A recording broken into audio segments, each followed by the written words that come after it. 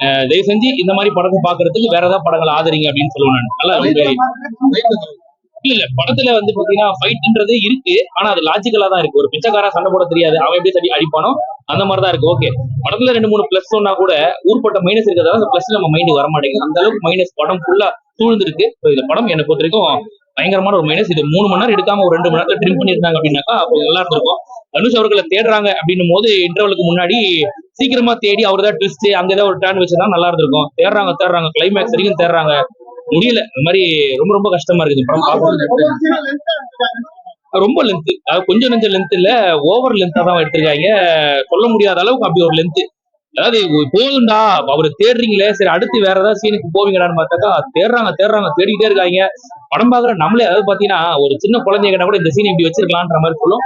அவ்வளவு ஒரு மிஸ்டேக்கா எடுத்திருக்காங்க படத்தை. ரொம்ப முக்கியம் எடுத்துருக்காங்க. அப்பப்போ ஆந்திராவுக்கு போகுது, ராஷ்மிகா மந்தனோட சாயலாங்க வருது அங்க அந்த வாடை வருது. ரொம்ப வசதியா படம் உண்மையிலேயே ரொம்ப இல்ல. அவங்க இந்த படத்துக்கு எதுக்குன்ற மாதிரி தோணுச்சு. உண்மையிலேயே தேவையில்லை.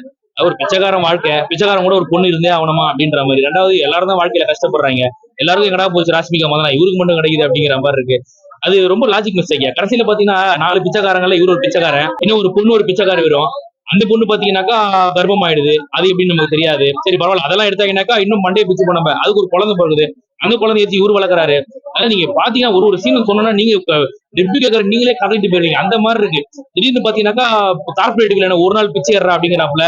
சரி அவன் பிச்சை எடுப்பான்னு பார்த்தாக்கா குழந்தை எடுத்துட்டு போய் இவரு வேடிக்கை பாக்குறான், அவன் பிச்சை எடுக்கிறானா இல்லையான்ட்டு. இது எல்லாத்தையும் உட்காந்து நம்ம பாக்குறோம்னா நம்ம மனநிலை எப்படி கொஞ்சம் யோசிச்சு பாருங்க. நீங்க வச்சு செஞ்சுட்டாங்க உள்ள. ரொம்ப மோசமான ஒரு படம். பிச்சைக்காரனுக்கு ஒய்ஃப் இருக்க கூடாதுன்னு சொல்ல வரல, இதுதான் இருக்க போகுதுன்னு சொன்னீங்கன்னா நாங்க வரமாட்டோம்னு சொல்றேன். நீ வச்சுக்க 10 ஒய்ஃப் கூட வச்சுக்க, வானான்னு சொல்லல, எங்களை விட்டுன்ற நான். இதெல்லாம் நீங்க காமிச்சிருந்தீங்கன்னா நாங்க வந்திருக்க மாட்டோம்ன்றோம். ரொம்ப வசதியா உண்மையிலேயே சொல்லுங்க. நாகார்ஜுனா நல்லா தான் பண்ணியிருக்காரு அது ஆரம்பத்துல. அதுக்கப்புறம் நாகார்ஜுனாவும் சொம்படிக்க விட்டாங்க. அவ்வளவு பேர் நடிகரை கொண்டு வந்து நீங்க சொம்படிக்க விட்டாங்க அப்படின்ற மாதிரி தோணுச்சு உண்மையிலேயே. தனுஷிக்கே ப்ராப்பர் ரோல் இல்லைன்னு போது நாகார்ஜுனா எப்படி சொல்லுங்க, சைட் ரோல் தானே. ஒஸ்டியா உண்மையிலேயே நீங்க எதிர்பார்க்காம வந்தா கூட இந்த படம் உங்களை டிசப்பாயிண்ட் பண்ணும். அவ்வளவு மோசம். ஏன்னா லென்த் ரொம்ப அதிகம். உண்மையிலேயே நிறைய லாஜிக் மிஸ்டேக். கேள்வி கேட்கலாம், ஊர்பட்ட கேள்வி கேட்கலாம், அந்த மாதிரி இருக்கு. யாருக்கான படமே இல்லையா, எவன் பார்த்தாலும் இந்த படத்தை மண்டியை பிடிச்சிட்டு போயிடுவான். அப்படியா பட்ட படம் இது உண்மையிலேயே. எல்லாரையும் இங்க இருக்கிற எங்களையே அசிங்கப்படுத்துறாங்க கூட்டு வந்து இப்படி ஒரு படத்தை எடுத்து.